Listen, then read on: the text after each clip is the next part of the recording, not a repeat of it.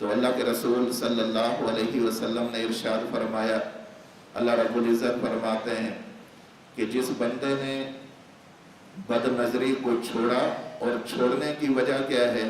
مخافتی، اس کے دل میں میرا ڈر پیدا ہو گیا۔ اللہ فرماتے ہیں ابدلتہ ایمانا، میں اس بد نظری چھوڑنے کے بدلے میں، بد نگاہی کو چھوڑنے کے بدلے میں اسے عطا کیا کروں گا؟ ابدلتہ ایمانا یجد حلاوتہ فی قلبہ، اسے ایسا ایمان اور ایمان کی وہ کیفیت نصیب فرماؤں گا کہ جس کی حلاوت، جس کی مٹھاس وہ اپنے دل کے اندر محسوس کرے گا۔ جو بندہ بد نگاہی چھوڑ دیتا ہے، بد نظری چھوڑ دیتا ہے، ہمارے ہاں بد نظری کیا ہے؟ کسی غیر محرم کو دیکھنا۔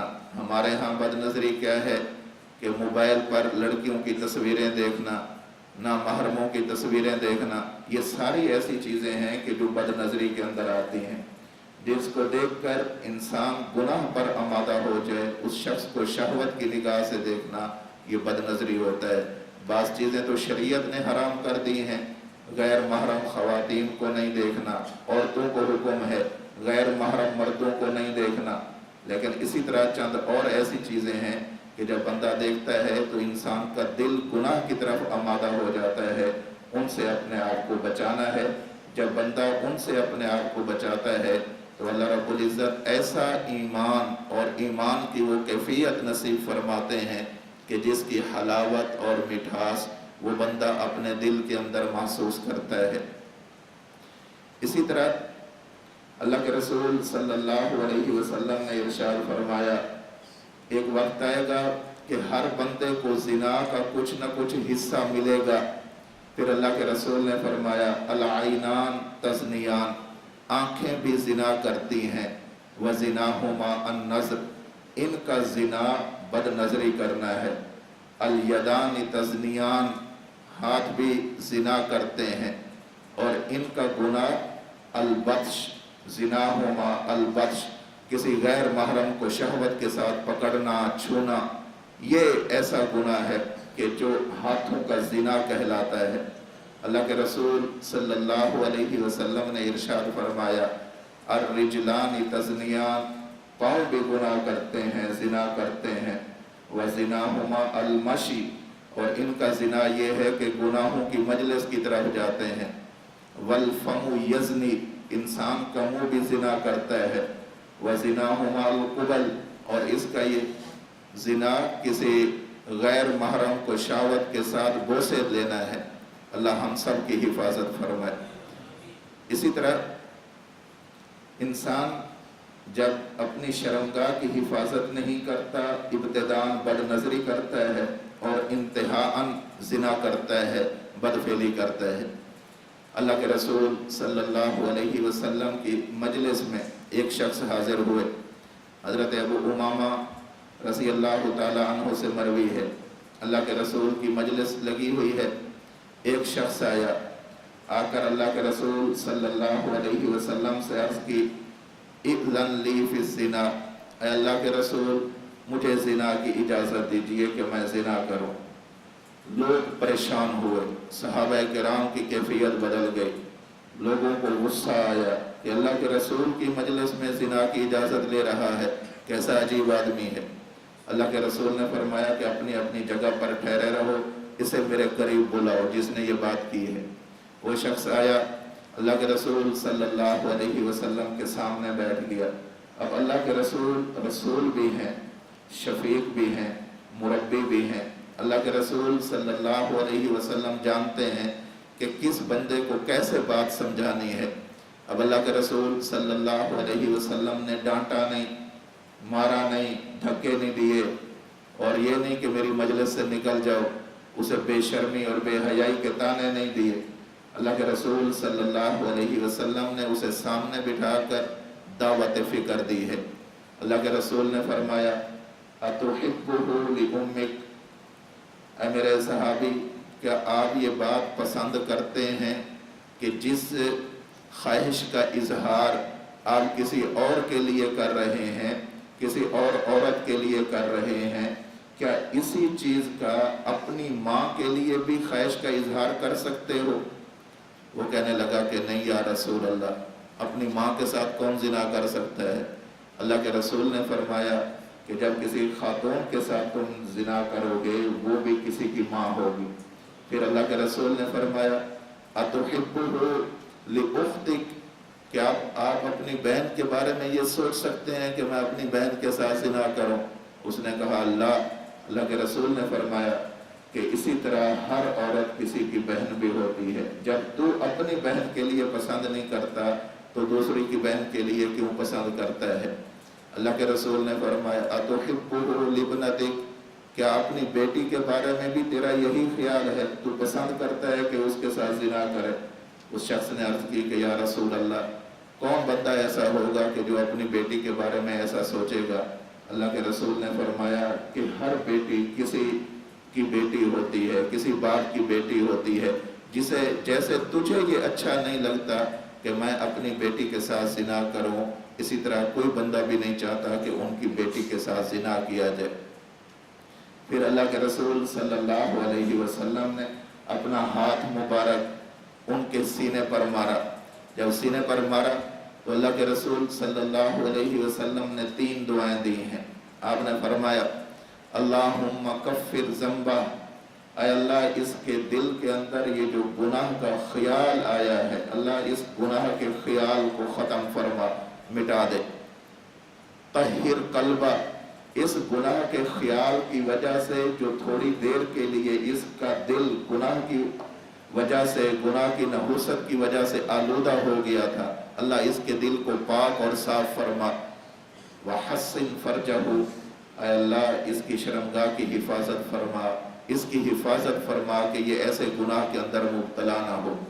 اس وقت یہ والا کام اللہ کے رسول صلی اللہ علیہ وسلم کے ہاتھ مبارک نے کیا، نگاہ نبوت نے کیا، صحبت نبوت نے کیا، دعائے نبوت نے کیا، زبان نبوت نے کیا۔ آج یہ چیزیں ہمارے پاس موجود نہیں ہیں۔ آج ہم گناہوں سے کیسے بچیں گے؟ اس کے لیے مشائخ کے ساتھ وابستہ ہونا پڑے گا، اللہ والوں کے ہاتھ میں ہاتھ دینا پڑے گا۔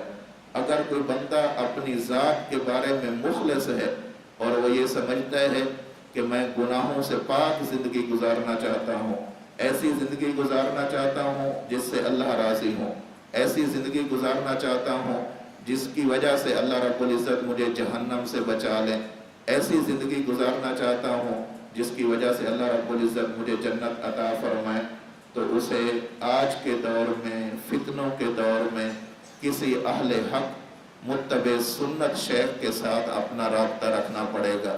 اس کے ہاتھ میں مردہ بدست زندہ ہونا پڑے گا، اس کے ہاتھ میں اپنا ہاتھ دینا پڑے گا، اس سے پوچھ کر گناہوں سے بچنے کے لیے کوشش کرنا پڑے گی۔ پھر شیخ جو بات کہہ دے، پیر جو بات کہہ دے، مرشد جو بات کہہ دے کہ بھئی یہ تم سے فلاں گناہ ہو رہا ہے، اس گناہ سے بچنے کا طریقہ یہ ہے، یہ والا کام کرو، وہی کام کرے، ایک وقت آئے گا کہ اللہ رب العزت اس شخص کی اس گناہ سے جان چھڑا دیں گے۔ اللہ ہم سب کو اس بات کی توفیق نصیب فرمائے۔ ہم خانقاہ میں بیٹھے ہیں، اپنے شیخ کی خانقاہ میں بیٹھے ہیں، اللہ ہمارے حالات کو بھی بدل دے، اور جو شخص بھی حضرت سے بیعت ہے یا کسی بھی اہل حق عالم سے بیعت ہے، سب سے بنیادی فریضہ یہ بنتا ہے کہ اپنے شیخ کی طرف سے جو ہدایات آتی ہیں ان پر انسان عمل کرے۔ اس کے بعد اللہ رب العزت نے ارشاد فرمایا والذین هم لاماناتهم وعہدهم راعون، اور وہ لوگ کامیاب ہوں گے، ان کی 5ویں صفت یہ ہے کہ وہ امانت کا خیال کریں گے۔ ہمارے ہاں امانتیں ہیں، بہت ساری چیزیں ایسی ہیں کہ جو ہمارے معاشرے میں امانت ہوتی ہیں لیکن ہم اس کے اندر خیانت کر جاتے ہیں۔ ایک امانت یہ ہے کہ کوئی شخص میرے پاس آئے، اپنا کوئی سامان میرے پاس رکھ دے، پیسے میرے پاس رکھ دے، نقدی رکھ دے، زیور رکھ دے، یہ اس شخص کی میرے پاس امانت ہے، اس کے اندر خیانت کرنا جرم ہے، حرام ہے۔ بعض امانتیں انفرادی ہوتی ہیں، کوئی بندہ آ کر امانت کے طور پر چیز دے دے، یہ میرے پاس امانت ہے، اس کے اندر بھی خیانت نہیں کرنی چاہیے۔ اور بعض امانتیں ایسی ہیں کہ جو انفرادی نہیں اجتماعی ہوتی ہیں، قومی ہوتی ہیں، ملی ہوتی ہیں، پورے ملک کے اس کے ساتھ حقوق وابستہ ہوتے ہیں۔ میں اس کی چھوٹی سی ایک بات عرض کرتا ہوں۔ جیسے بجلی جا رہی ہے، یہ بجلی پوری قوم کے لیے ایک امانت ہے۔ اب جو بندہ اس بجلی کو ناجائز طریقے سے گھر کے لیے حاصل کرتا ہے، دکان کے لیے حاصل کرتا ہے، اپنے کاروبار کو چلانے کے لیے اس کو استعمال کرتا ہے، کنڈی لگا دیتا ہے، میٹر کے علاوہ غیر قانونی راستہ اختیار کرتا ہے، یہ بندہ امانت کے اندر خیانت کرنے والا شمار ہوگا۔ اگر کسی بندے نے انفرادی امانت کے اندر خیانت کی تو ایک بندے سے معافی مانگ لینے سے کام ہو جائے گا، اور جس بندے نے پوری قوم کی امانت کے ساتھ خیانت کی ہے وہ کس کس سے معافی مانگتا پھرے گا۔ اس لیے ہمیں ان باتوں کا خیال کرنا چاہیے۔ بجلی چوری کا مسئلہ ہو، گیس کی چوری کا مسئلہ ہو، یا کسی بھی ایسی چیز کے اندر جہاں پر بہت سارے لوگوں کے حقوق وابستہ ہو چکے ہوں، ان کے اندر خیانت کرنا یہ اجتماعی خیانت کا ارتکاب کرنا ہوتا ہے۔ اللہ ہم سب کی حفاظت فرمائے۔ چھٹی چیز اللہ رب العزت نے ذکر فرمائی، وَعَهْدِهِمْ رَاعُونَ، وہ معاہدوں کی پاسداری کرنے والے ہیں۔ معاہدہ ہوتا ہے دو بندوں کے درمیان طے شدہ کوئی معاملہ۔ میرا اور ان کا معاہدہ ہو گیا کہ ہم یہ کام کریں گے یا ہم یہ کام نہیں کریں گے، یا فلاں وقت تک کریں گے، فلاں وقت تک نہیں کریں گے۔ اب یہ ہمارا آپس کے اندر معاہدہ، وہ کہتا ہے آپ بھی اس بات کا میرے ساتھ معاہدہ کرو کہ آپ بھی یہ کام نہیں کریں گے، یہ کہتا ہے آپ بھی میرے ساتھ معاہدہ کرو کہ ہم یہ کام نہیں کریں گے۔ دو بندوں کا یا دو سے زائد بندوں کا آپس کے اندر کوئی اس طرح کا عہد و پیمان کرنا، اسے معاہدہ کہا جاتا ہے۔ باہمی معاملات اسے آپ کہہ لیں، تو اس کی حفاظت کرنی ہے۔ اللہ رب العزت ارشاد فرماتے ہیں، اوفوا بالعہد ان العہد کان مسئولا، ان کے بارے میں خیال کرنا، دن قیامت تم سے یہ پوچھا جائے گا کہ تم نے معاہدوں کی پاسداری کی ہے یا نہیں کی۔ والذین هم علی صلواتهم یحافظون، ساتویں صفت اللہ رب العزت نے ذکر فرمائی ہے کہ وہ اپنی نمازوں کی حفاظت کرنے والے ہیں۔ دیکھیں شروع بھی نماز سے کیا ہے، قد افلح المؤمنون الذین هم فی صلاتهم خاشعون، اور ختم بھی اللہ رب العزت نماز پر فرما رہے ہیں۔ نماز کی اہمیت کو بتلانے کے لیے، نماز اتنی اہم بات ہے، اتنی اہم عبادت ہے کہ اس کا تذکرہ بھی اسی سے ہے، آغاز بھی اسی سے ہے اور اختتام بھی اسی سے ہے۔ جس بندے کی نماز ٹھیک ہو گئی اس بندے کے باقی معاملات بھی ٹھیک ہو جائیں گے۔ کیوں؟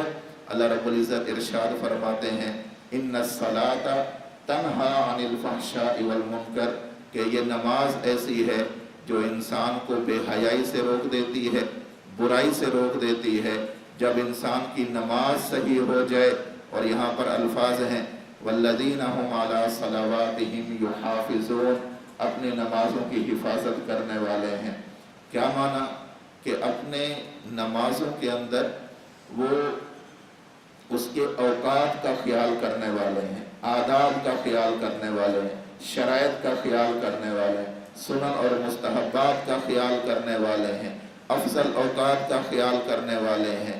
نماز کے لیے جگہ، نماز کے لیے وقت، نماز کے لیے لباس، نماز کے لیے نیت، نماز کے لیے وضو، نماز کے لیے ظاہری اور باطنی پاکیزگی، ان کا وہ بہت اچھی طرح خیال کرتے ہیں۔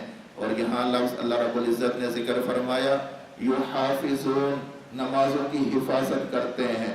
اگر کوئی پریشانی کا وقت ہو ضائع نہیں ہونے دیتے، نماز کی حفاظت کرتے ہیں، یعنی نماز ادا کرتے ہیں۔